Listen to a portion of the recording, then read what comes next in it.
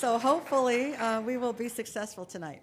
So good morning and welcome to Military Family Forum 2. Once again, I'll introduce myself. I'm Patty Barron, Director of Family Readiness at the Association of the United States Army. Hello to all of you that joined us online. I know it was a little tricky yesterday, but we have a Divots feed up, and hopefully you're clicking onto that and you're watching from afar. Please continue to put your comments on that feed because we are pulling your questions and we are going to be making sure that we ask some of the panel and the speakers. You've been doing a great job submitting questions, and I thank you for that. We're really grateful that today's forum is once again sponsored by GEICO, so thank you so much, GEICO, for your support.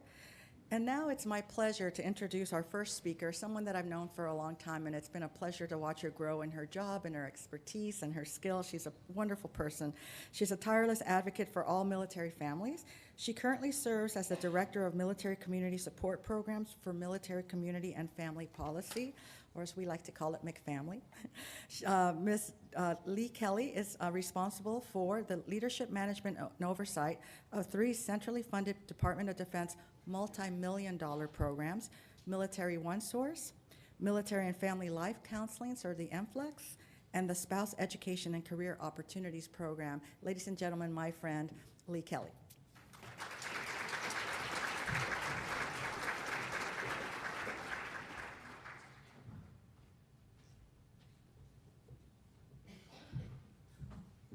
Good morning.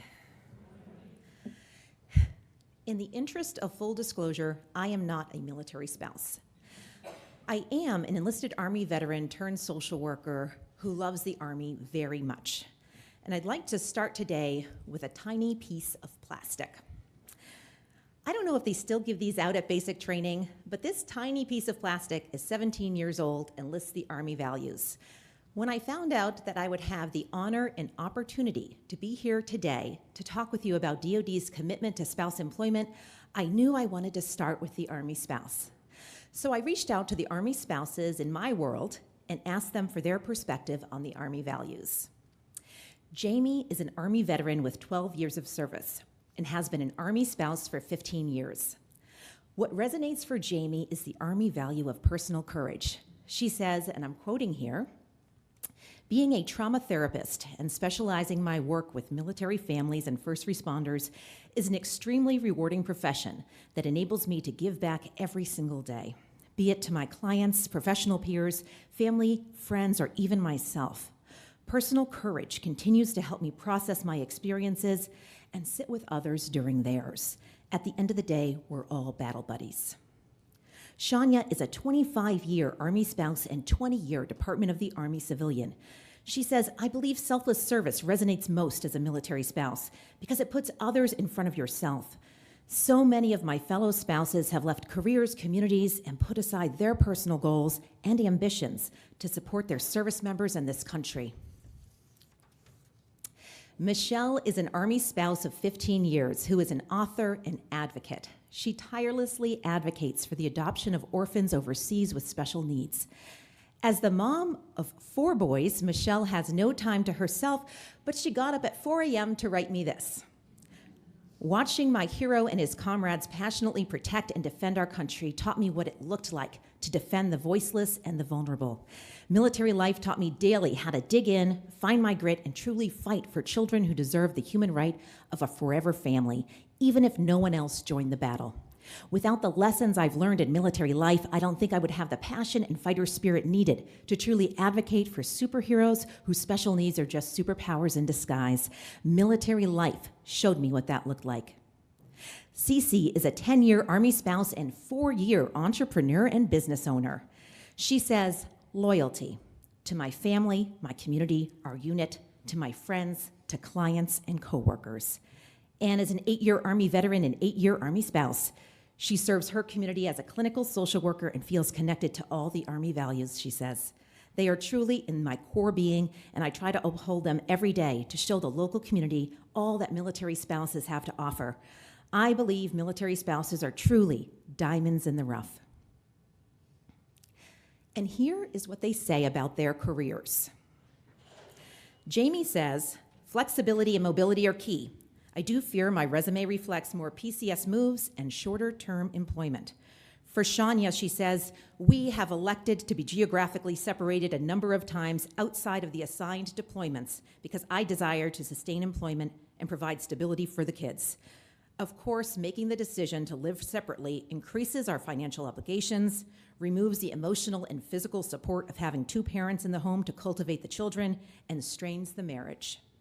Honestly, it is the most frustrating part of being a military family.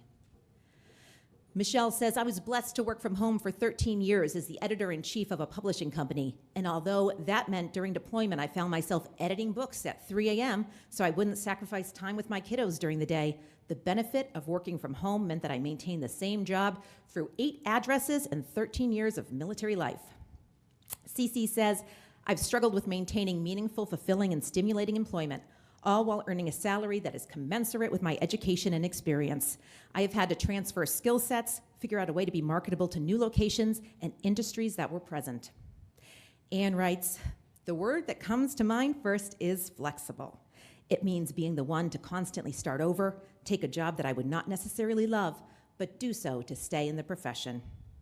These are just a few of the 200,000 plus active duty Army spouses.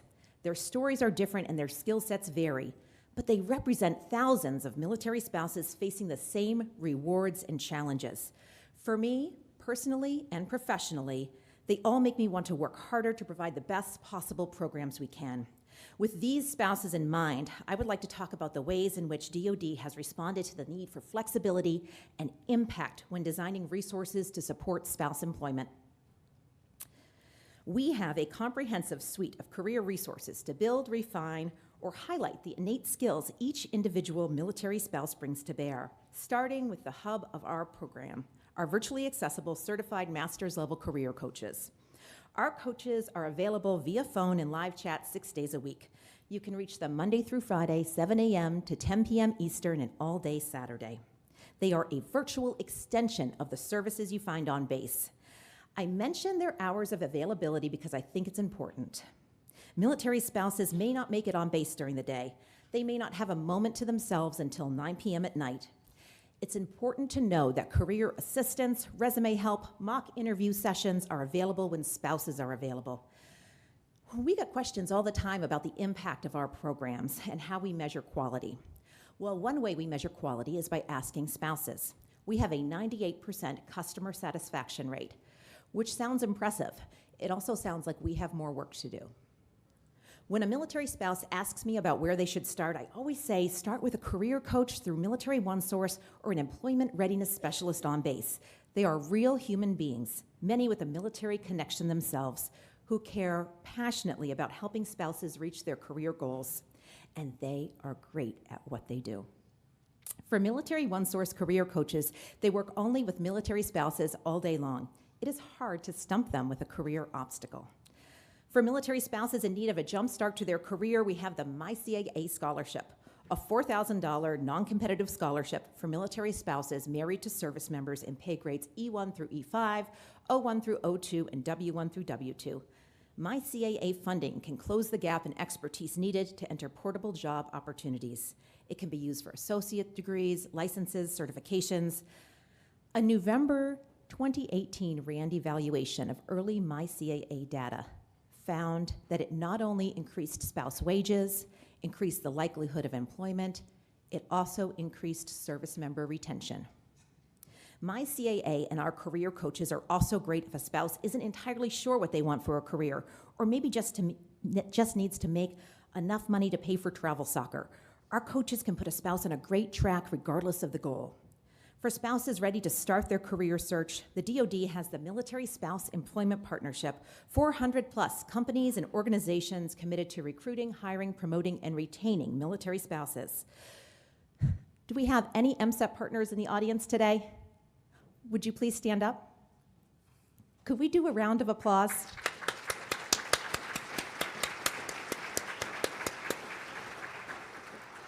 I'd like to thank each of you for recognizing the value of the military spouse in the workplace. MSEP partners have hired more than 139,000 military spouses since the start of the partnership. These partners span the industry sectors. Here's what's new in the partnership. I find it pretty remarkable. More than 63,000 military spouses have opted in to have their qualifications and information searched by MSEP partners through the MSEP Candidate Resume Search, located at myseco.military1source.mil.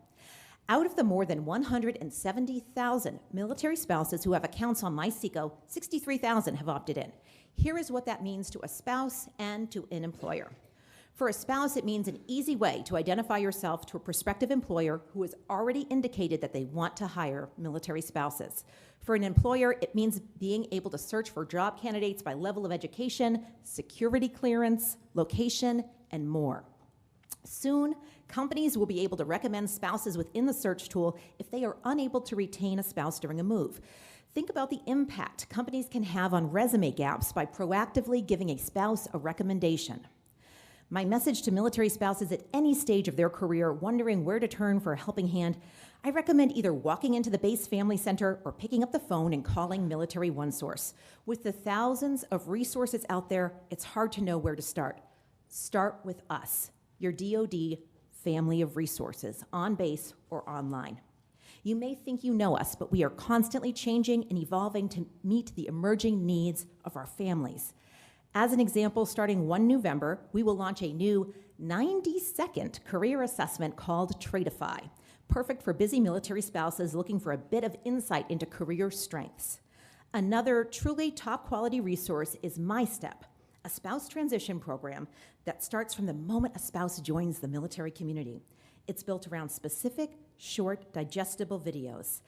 I'd like to show you one right now if Alana tells me that it's working, and we can.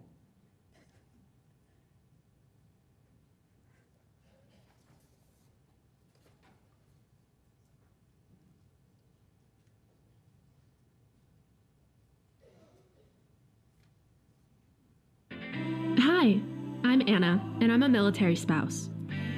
I had a lot of questions after marrying my service member. How will I move every 2 or 3 years and build or maintain a career? How will I learn about the different resources and opportunities at each installation? Is my spouse going to make this a career, or will we transition from the military sooner? It's questions like these that make me so glad my friend told me about the Military Spouse Transition Program, or MyStep.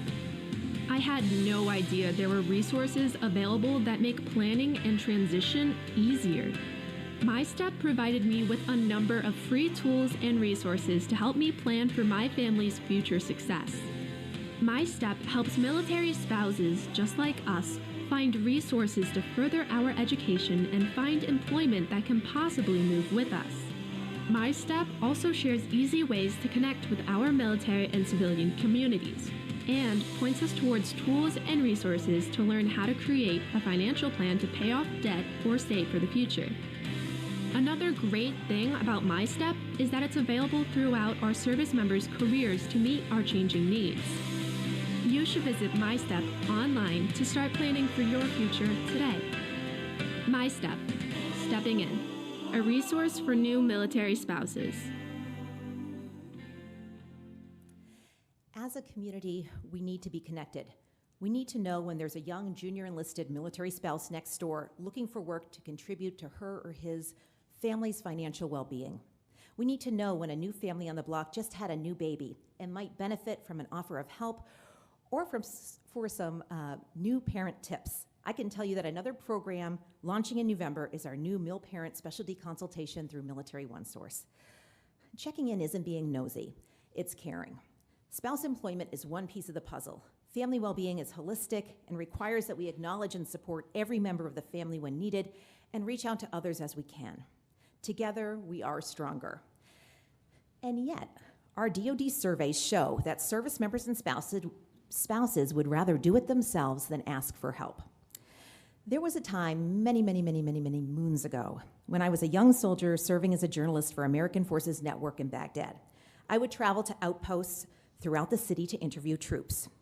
One time I visited soldiers at a bombed out palace. The soldiers all slept in hooches out back. The staff sergeant escorting me was told to stick me in one of the bombed out areas of the palace on a cot by myself. I don't mean to be a wimp, but it was literally a cot on top of rubble. I wasn't going to ask for help, though. Frankly, I didn't even know I could. Luckily, the staff sergeant I was with knew what right looked like. He went quote-unquote knocking on every female hooch at 11 p.m. at night until he found an empty bed for me to get some sleep. I can give you a million-plus examples from my time in the Army and beyond of soldiers and families going out of their way to help me. Now it's my turn, and I hope that if you're in a position to do so, it's yours as well. It's about Army values. There's more to family well-being than spouse employment. We need to recognize that we are all interconnected, and whether it's a job lead for a military spouse, a listening ear for a couple going through a rocky time, or sharing part of our own story to help others, I truly believe the military community is a family, and families look out for each other. In closing, you see the circle behind me. It's the vast array of services provided through Military OneSource. Everything from relationship counseling to adoption consultation to health and wellness coaching to financial counseling. Does anyone in the audience today have a smartphone with them? Could you hold it up? Do you have one? Oh, I see some hands going up. I challenge you to put the Military OneSource phone number in your phone right now. It's 1-800-342-9647. You may not need it today, but you will have it for yourself and you'll have it for the rest of the military community family should you ever have a chance to lend a helping hand. Thank you very much.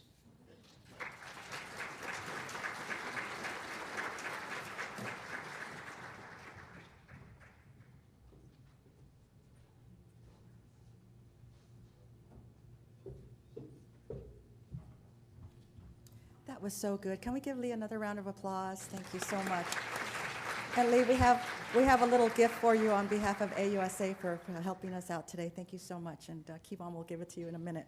So now it's my honor to bring up to the stage a distinguished panel. So panel members, come on up. And our panel moderator, Ms. Dee Geis. Ms. Geis is Chief Soldier and Family Readiness Division at Army G9, where she leads a team of professionals responsible for family, child and youth, and morale, welfare, and recreation. She's also responsible for that policy, strategy, and resourcing, and has so many responsibilities. I can't list them all, but she's pretty amazing. She has over 25 years of experience in installation management positions of varying responsibilities. She is an Army wife, an Army mom, and yes, she's my friend too. Good morning. Thank you for the introduction, Patty. And Lee, thank you for all you do. What an amazing presentation. So it's my honor to moderate this panel this year because it is a topic that is near to and dear to me, spouse employment.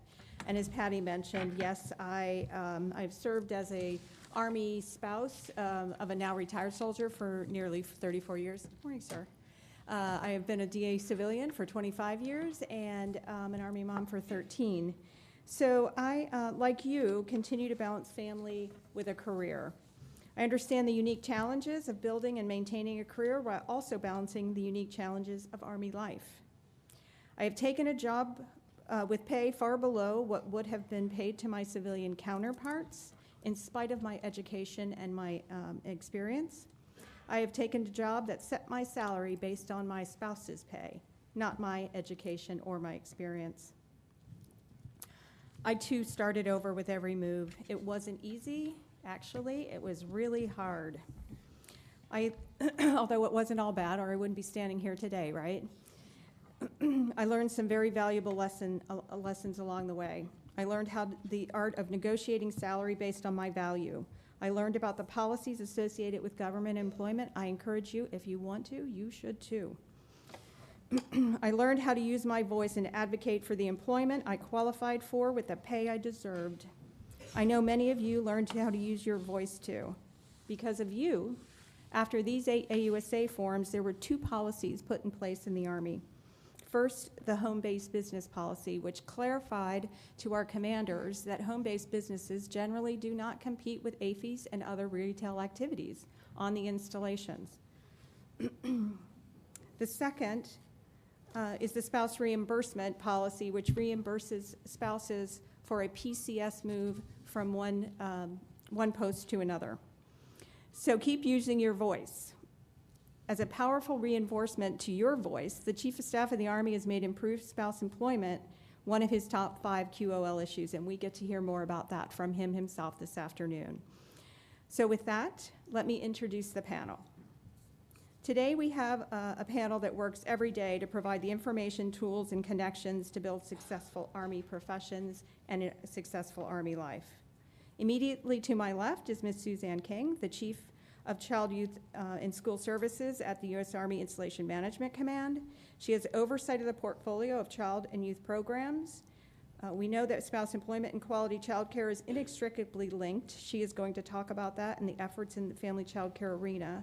She is married to Sergeant Major R.D. King, U.S. Army retired. And oh, by the way, she's an Army spouse too. Next to her, Sergeant Major Chris Ruck. Sergeant Major Ruck entered the Army in 1992 as a combat medic, and he has held numerous leadership positions in the medical arena from battalion through brigade. He is currently an Army Senior Fellow with the Department of Labor's Veterans Employment and Training Services, or VETS. He holds a master's degree in public health. He is married to Danelle Giordano. I hope I said that right. Okay. And they have 2 children, Faith and Noah. Next to him is Miss Krista Anderson. She is the wife of active duty Green Beret Master Sergeant Gus Anderson and the Gold Star spouse of Staff Sergeant Michael Simpson, who passed away on 1 May from wounds sustained in an IED attack in eastern Afghanistan. Krista works tirelessly with many of the survivor organizations and is currently the Military Spouse Ambassador for the Army Emergency Relief Program. She is also the mother of 2 young men, Michael and Gabriel, and she is also an Army spouse. Finally, next to her, Mr. Matt Kress. He leads the Veterans and Military Affair Program at Starbucks Coffee Company. His focus on this is on strategic relationships and national partnerships. Prior to his position, he served in the Marine Corps for 22 years, both enlisted and officer.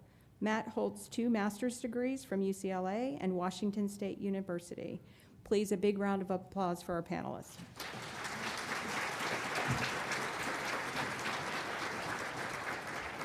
Okay, over to you. So good morning, and I'm excited and honored to be here this morning, and I'd like to thank you for providing me an opportunity to talk to you about our family child care program. But first, I'm not sure if anyone in the audience has ever been an FCC provider.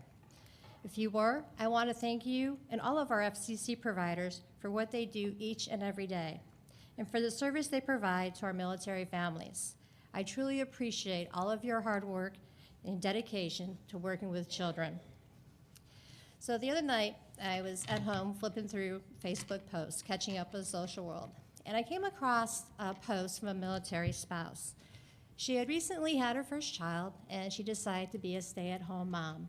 She wanted to be there for her child, watch her child grow, and be there to catch and see a lot of her first words, her first steps, the first tooth. About 6 months later, the family has 1 income. And her husband suggests that maybe she would like to return to work, and she agrees. She starts applying for a number of jobs, and she receives a number of offers and quickly does the math. She realizes that her salary will just barely cover the cost of childcare. So at this point, she moves on to Plan B, because we always have a Plan B. So at this point, she's on Facebook, and she's looking for positions that our business is hiring for evening shifts or night work. Her plan is, I can go to work at night, and my husband can stay home with the child. We save on childcare costs. Well, I had 2 thoughts.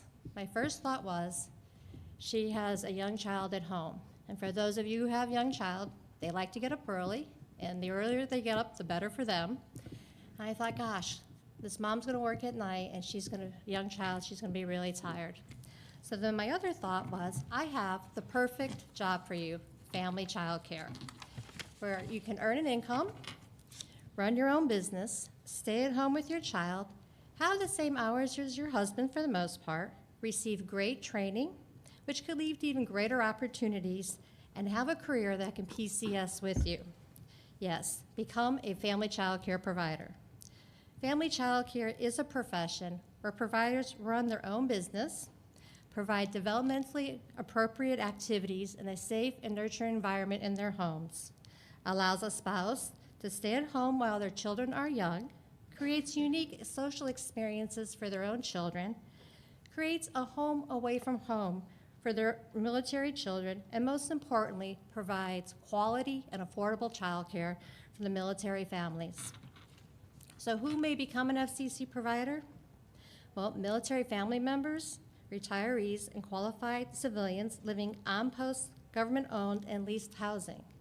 Now, I highly recommend you speak with their husband or their children first before becoming a provider, because once you do, you'll have children and parents coming into the home. Background checks are required for everyone who's living in the house over the age of 12, and home inspections are required by fire safety and the Army Public Health. What do providers receive from CYS? Well, training and support. As soon as a provider comes on board, they're placed on an 18-month training program, which includes CPR, first aid, identifying, preventing, reporting child abuse, various areas of child development, special needs, creating appropriate environments, and more. And after completing the training program, there are opportunities to earn a credential, a Child Development Associate, and to become accredited through the National Association for Family Child Care. Throughout all of this, a training and curriculum specialist continues to provide support to the FCC provider. Also, providers receive access to supplies and equipment, everything to open up their own homes.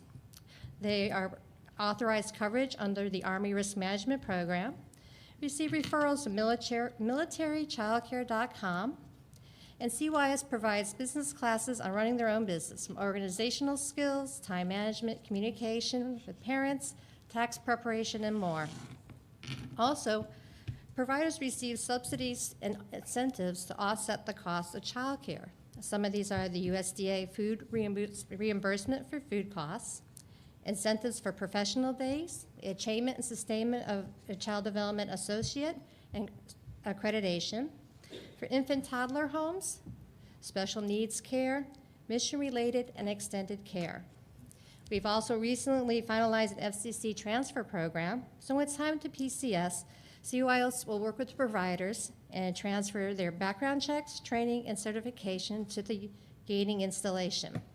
Well, currently we have 26 FCC we have FCC programs operating on 26 installations. So what happens if you're going to an installation and they don't have an FCC program? Well, don't worry, we still have you covered. CYS prides itself on predictability and standardization. Our training program is standardized and transferable between all of our programs, between FCC, Child Development, School Age, and the youth centers. FCC providers will need to apply for positions at the CDCs, but may come in at a much higher level, a caregiving level, and a rate of pay. Finally, caregiving staff is the backbone for CYS. They spend 12 to 14 hours with children every day and build wonderful relationships with children and their parents. Many of our caregivers are military spouses. In fact, we employ over 3,000 military spouses. To assist caregivers with PCSing, the Child and Youth Employee Assignment Tool, SEAT, was created. This tool allows caregivers to non-competitively transfer to the new duty station without losing pay, status, or benefits. And to date, 180 caregivers have successfully transferred. Family child care and CYS are the perfect career choice, one in which passion may become a profession. Thank you.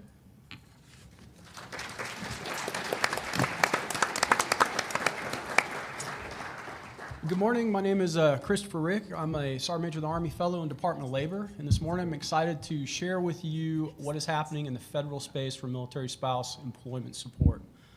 As many of you are aware in this room, because I see a lot of familiar faces here, in May of 2018, the President issued an executive order that gave military spouses a non-competitive status within the federal hiring system. In that order, it states, it shall be the policy of the United States to enhance employment support for military spouses. So I'd like to talk a little bit specifically about what Department of Labor is doing in that space. So beyond expanding opportunities within Department of Labor for employment for military spouses, Labor really developed two tools to help support military spouses outside of the federal space for employment. And I'm going to talk about a couple of those resources here as we kind of go through a live demo. This is a little bit interactive, so on your tables you had a license recognition for military spouse resource guide if you want to follow along with that. That way, if I talk fast and you don't remember, it's all laid out there for you and you can pass it along to everyone. At the end of this, we'll show you where the PDF site is to download this. And then as you walk around AUSA, please put your phone on AirDrop and share it with everyone. So let's get started. So really what we're looking at from a Department of Labor perspective is licensure portability for our military spouses as they gain industry recognized credentials so that they can move from camp, post, and station to camp, post, and station. What Labor did was build a site that takes all of the state legislation, puts it in one location so it is easy to find for either a military spouse or those providing them support, and maintains it. This site was launched in 2018, and if we can go ahead and go to that site, we'll pull it up now, and I'll kind of run through what that looks like. So here's veterans.gov. This is Department of Labor site. Right in the middle, it says military spouses, so you click on that, and it takes you to the military spouse page. You scroll down just a little bit, and there's an interactive map of the United States. All of the legislation is linked to this map. When you draw your cursor over it, it'll bring up a short synopsis of the legislation and then an actual PDF of the state law. It's categorized into shall, may support legislation for occupational licensure boards, and then that legislation which is not really comprehensive for occupational licensure boards. So the first step for a military spouse is they move from camp, post, and station to camp, post, and station. Let's say we're going to Texas, is to go to the state and click on the link to the state law so that they are armed with the information of what that state's current law is that supports military spouse licensure portability into that state. All right, so that's important, and we have seen over the course of 2019, 13 states change their legislation to a more supportive state of military spouses. Largely, we believe, because the information is now open source, and there kind of got to be a little competition between the governors of the states on who could move that ball the furthest. And that is a good news story for our military spouses. So once our military spouses understand what the legislation of that state says, then they need to understand how that applies to their occupational license. So they scroll down a little bit further, and there are the 5 interstate compacts for occupational licensure listed here. If they are one of the occupations that falls in this, they simply click on it. It takes them to that occupational licensure compact, and they see if the state that they're moving to is a part of that compact. If they are not, if their occupation doesn't align with one of those, then our Career One-Stop engine here searches all state licensure boards for all of the occupations that are licensed within all of the states. So if they're a teacher and they're moving to the state of Texas, because we like Texas, and they click on this, and it will pull up the state's occupational licensure board, and they click on the license of teacher, and it will give them the requirements for transitioning a license into that state, and more importantly, the point of contact information for that state licensure board.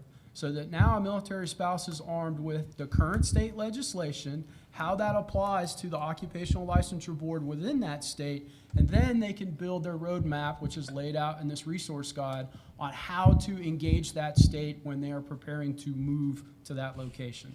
So really the step 3, once they're complete with the occupational licensure portion of it, then laying out step 4, which is recommended questions for them as they contact that state occupational licensure board and ask them about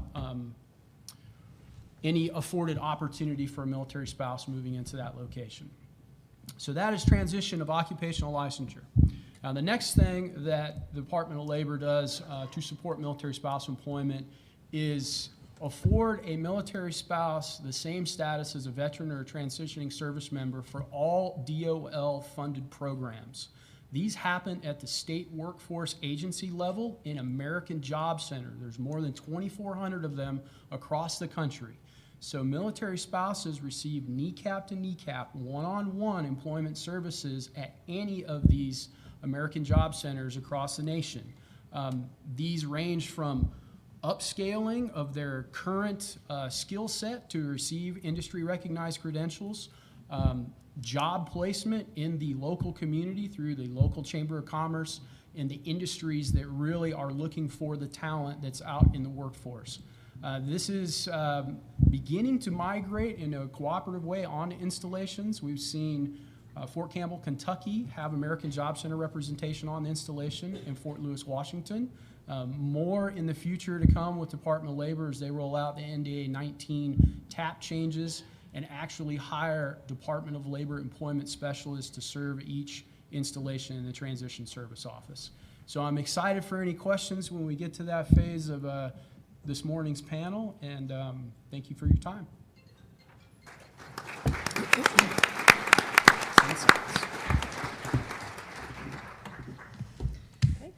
Hello.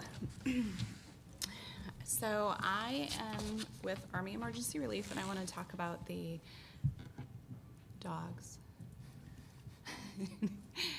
I think our first slide. Oh, there we go. Perfect. So one of the things that Army Emergency Relief brought me on to do, or the thing that Army Emergency Relief brought me on to do, was to communicate with Army spouses to make sure that they knew about the resources that we have and that we provide. And so up here on the screen you'll see a Facebook page, and it's our spouse page. And so what we're trying to do is really just arm Army spouses, if you will, with the categories and resources that we provide, and so our families can thrive. And so I would like to say that I think we would be going out into the civilian world. I don't think you'll ever find an organization that is so supportive of the whole family. And I think obviously we've all been led by example from our senior leaders, and I think that they have definitely been led by their spouses. So thank you. So first, we'll go through, next slide, sorry. Do I have? Perfect. So the spouse relicensing support is relicensing and certification through Army Emergency Relief, and it goes along with the Army program directly. And so the intent is to relieve distress, promote resiliency, and overall financial readiness, well-being of Army families by providing assistance to spouses of regular Army, Army National Guard, U.S. Army Reserve soldiers for state relicensing and recertification fees. The eligibility is spouses of regular Army, National Guard, Reserve soldiers, and Active Guard Reserve, Title 10. And tours who are enrolled in DEERS as a dependent. And so one of the things that I think is important is that it is a need-based program, and it is not for reimbursement. And so to apply for this assistance, you can't already have applied for your license, paid for your license, and submit a receipt, if you will, for that. So, and the assistance is received up to 180 days after your PCS. So, for example, I'm licensed in the state of Washington. I PCS to North Carolina. In the state of Washington, my license is current. I PCS to North Carolina, and within 180 days, I apply for this assistance.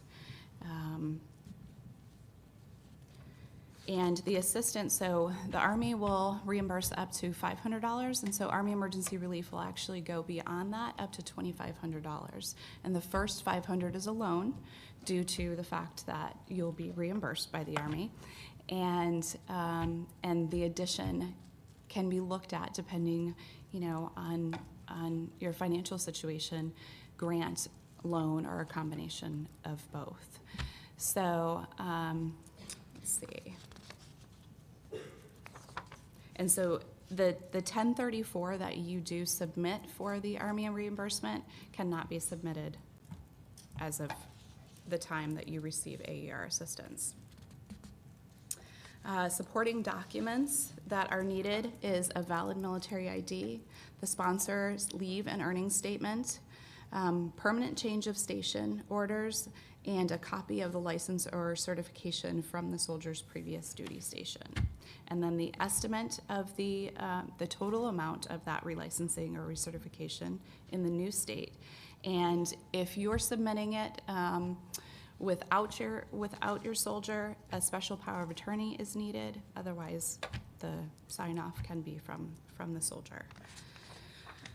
So just to move forward, some of the other opportunities that we have with Army Emergency Relief. Next slide, please. Scholarship programs. There's so many categories with AER that helps spouses and soldiers and the whole family. And so these are some of the scholarships that are provided. Let's see. And please also note that they are need-based. They're all need-based programs. And then next slide.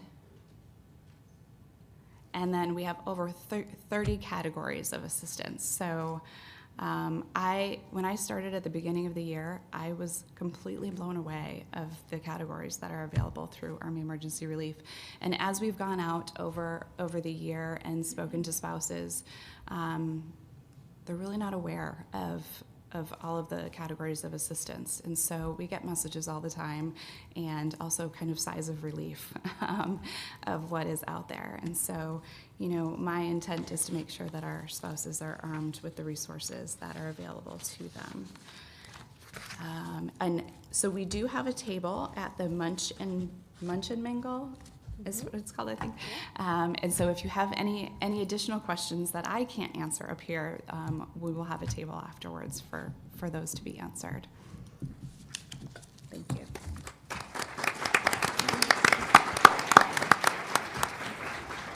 Good morning, everybody. Thanks for having me. I think when I walked in the building this morning, I saw more soldiers in uniform than the entire Marine Corps has. I was definitely impressed. I'd like to talk quickly about Starbucks military commitment and really what that means for military spouses and the military family. Because anytime that we talk about hiring military, spouses are included in the same breath as veterans. They're very important to our commitment and to who Starbucks is as a company. We recently passed 25,000 veterans and military spouses hired this summer. It was a big number for us. We hit it a lot faster than we thought we would. And we've learned some things about how to best support our veterans and military spouses. And a lot of those include partnerships. I'd like to start out with our work with Hiring Our Heroes. They've been our key partner in the employment space, and they really got us smart on the needs of military spouses in the last couple of years. And as a result, we were one of the founding partners of their military spouse hiring initiative. We've also been part of the military spouse employment program for the last 5 years. So that's been a huge part of our hiring program. Then what that looks like in our stores, we have a couple of programs and philosophies behind that. One, we understand the realities of military spouses. So when we think about their needs, we think about portability and flexibility.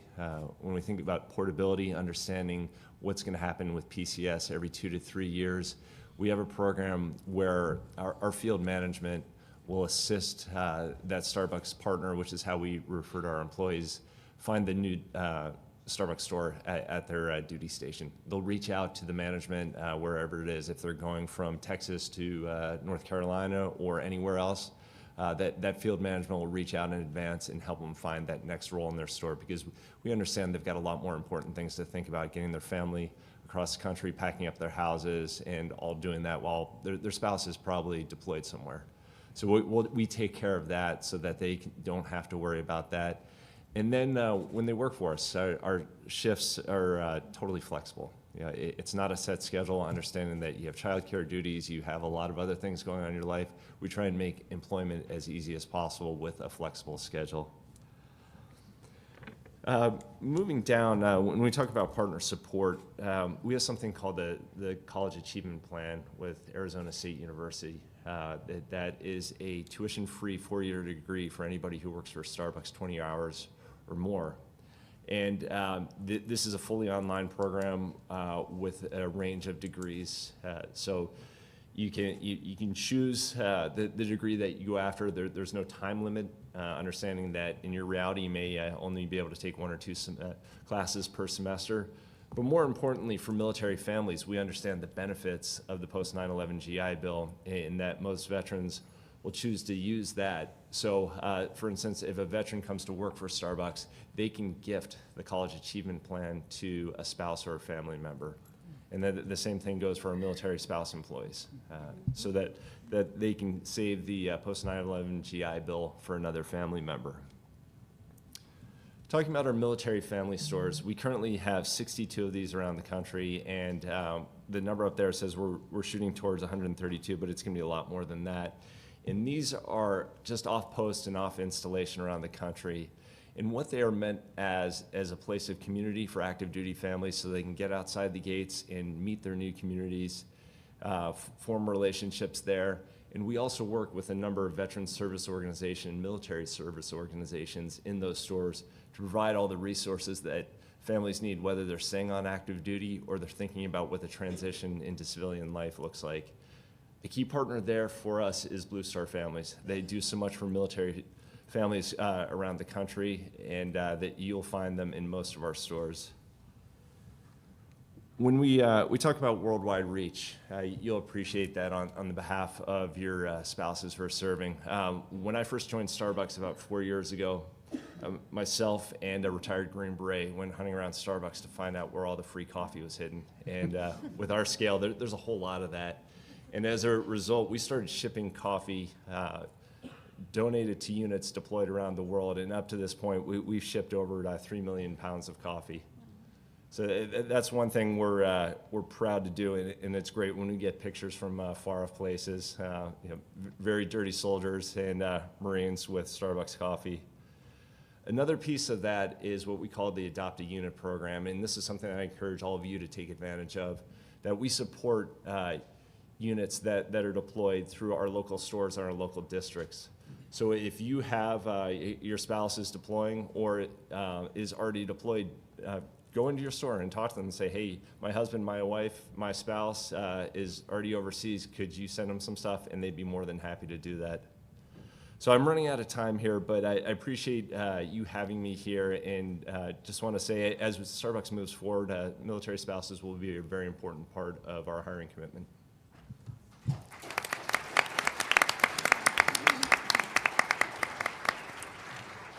Okay, we have microphones in the room. There are also cards on your tables. If you want to jot down a question for the panel, we'll be happy to deliver that. But to get started, I have a few questions on this fancy computer thing they gave me. So the first one's for Krista. Can you talk a little bit about the criteria for a grant versus a loan from AER for credential reimbursement? Well, I'll talk a little bit about what I am privy to. And essentially what the AER officers will do is go through what your expendable income is. And so they have a dollar amount if depending on your family size and such. And then from there, they determine grant versus loan or a combination of both. And so the intent really is to make sure that there is, that you're not receiving any additional financial burden on your family. And so a lot of the times, they look very closely at that, and they want to make sure that if a loan is given, that loan payment every month is not going to impact negatively on your family's finances. Great, thank you. Do we have any questions in the room? I give a hand over here.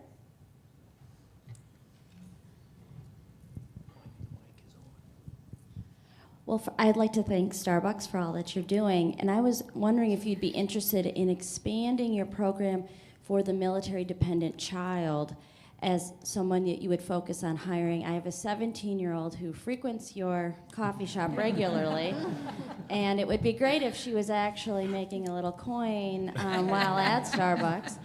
So I think with many of us that have children that are military dependents, this would be a great opportunity for them getting some first-time employment experience with an organization that supports their family.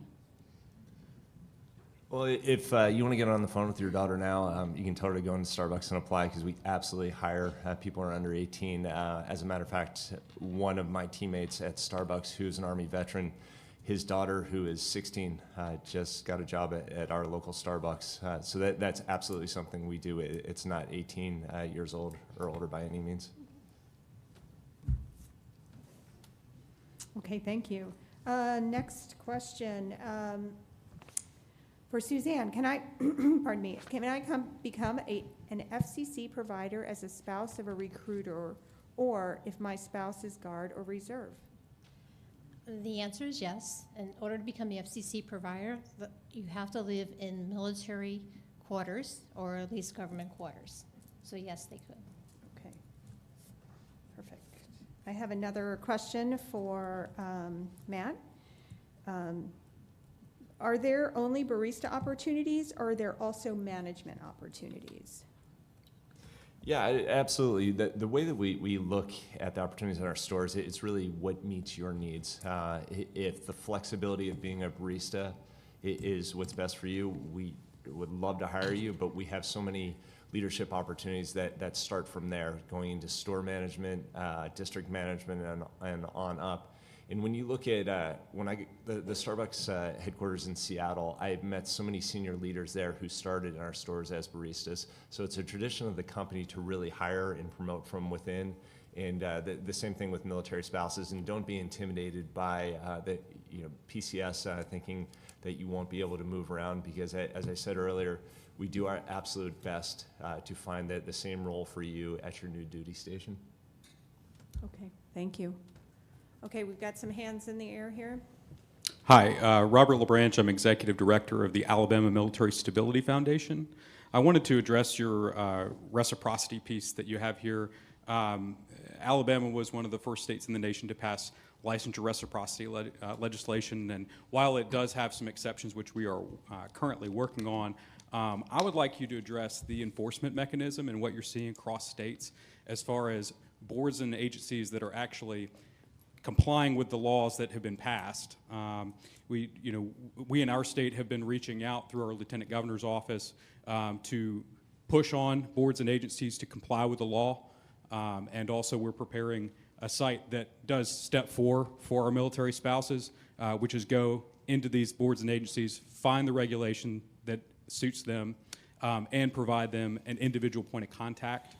So could you speak to the enforcement of these laws across the country? So it varies by state, because states all get a vote, and states are all wildly different in their occupational licensure domains within the state, something I've learned over the last 6 months at Department of Labor.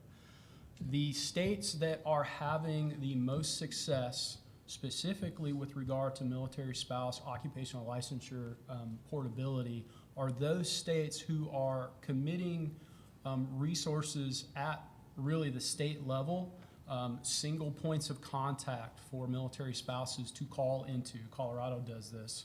That then liaison with the occupational licensure boards to close the gap of education of those occupational licensure boards. Because there's many times, and you're absolutely correct, where a spouse or someone who's providing support to a spouse will call an occupational licensure board with that state's law, and they are unaware of it. So it becomes a discovery learning process with whomever is on the other end of that phone. So cutting out that that really variance at the occupational licensure board level within the state has been a best practice, and many of the states are moving in that direction. So I commend Alabama with it sounds like going kind of down that same road. From an enforcement agency or oversight perspective, that is entirely at the state level. So we have had reports of employers who have required a military spouse, even though that there is legislation in the state and an occupational licensure board practice, to provide them either a temporary license or for them to practice with the license that is out of state, that employer is not willing to accept that risk. That they are requiring them to either have direct oversight by someone who is licensed, depending on the occupational specialty, or some other form of license pursuit within the state that requires them to have that state license and not the one that they came with. Does that answer the question for you? Great, Thank thank you. So I have a question. I think this is anyone's question here. Once a military spouse, but not always a military spouse, once the sponsor retires. I'm going to condense this a little bit because we don't have a lot of time yet. What are the initiative plans for spouses after a service member retires? Do we have any input? Let me take a stab at this. So I believe that there are a lot of initiatives through the VA for spouses. I know that there is a sea of goodwill, a lot of that right here at the convention center floor for hiring spouses of veterans and veterans. So, Lee, please. Yeah, I would just add that Military OneSource career coaches are available for now 1 full year post-separation or retirement to support spouses of retirees. The Military Spouse Employment Partnership members remain committed to hiring military spouses regardless of activation status. Thank you. Thank you, Lee. And I just wanted to add to that as well, is that the programs like Hiring Our Heroes and Amplify are available to military spouses and retirees. And, I think we think once a military spouse, always a military spouse. But also with Army Emergency Relief, the support is for active duty retirees, medically retired, and survivors. So if there is a need for something, it may not fall under the category of relicensing or recertification, but you should always come in and ask. Great, thank you. Dee, I just wanted to add to that too, over here, Kathy Roth, 2K, with Blue Star Families. Yes, and Blue Star Spouse Force career program is also available to veteran spouses as well as currently serving. That's been piloting for 2 years. Everyone in this room who's military connected is eligible for it. We have nearly $50 million of income we've driven to military families through that program. Average salary, including part-time work, is $52,000 a year. Completely free to everyone. Also, connections to free training. Average spouse who uses that gets $450 of free training, often through our partners like Onward to Opportunity and Hire Heroes USA. So want to make sure people are aware of that. And then also at our chapter level, where we have sponsored chapters, there's a connection to the VACO, the Veteran Local Outlet, which under Linda Davis's community or customer experience office is really doing more and more to try to serve the family members of veterans too. So just people can check out their local VACOs once they're retiree spouses. Thank you, Kathy. Oh, yes, of course. Thank you, Maria McConville. Thank you to all of you for being here. We know spouse employment is a big topic, and our daughter started working at Starbucks at 16 and met her husband, soldier, there, so it's worked out very well for us. But my question is for Suzanne. You mentioned that the home daycare is only for, or child care is only for people living on post, and we know that 70% of the military live off post. I'm sure this is something that you probably have looked at in the past, but what were the stumbling blocks for FCC providers who live off post, or is there any way in the future to look for this capturing 70% of our population living off post as potentially becoming providers? Well, we can definitely look at it. It's the homes off post, and at one point we had lost a lot of providers in the background checks and so on, and our FCC numbers had dwindled. And we really focused on the homes on post and government quarters, but we'd be more than happy to take it back and look at those homes off post and explore the possibilities of doing that. Thank you. So I'm sad to say that I have a stack of questions here that we didn't get to, but we are also out of time. So we have, please keep your questions coming in online. We will take these back and we will post them for you. I'm sorry I didn't get to your question if you're one of the people that sent one of these cards up, but please, another round of applause for our panel and all the hard work they do for spouses. Thank you.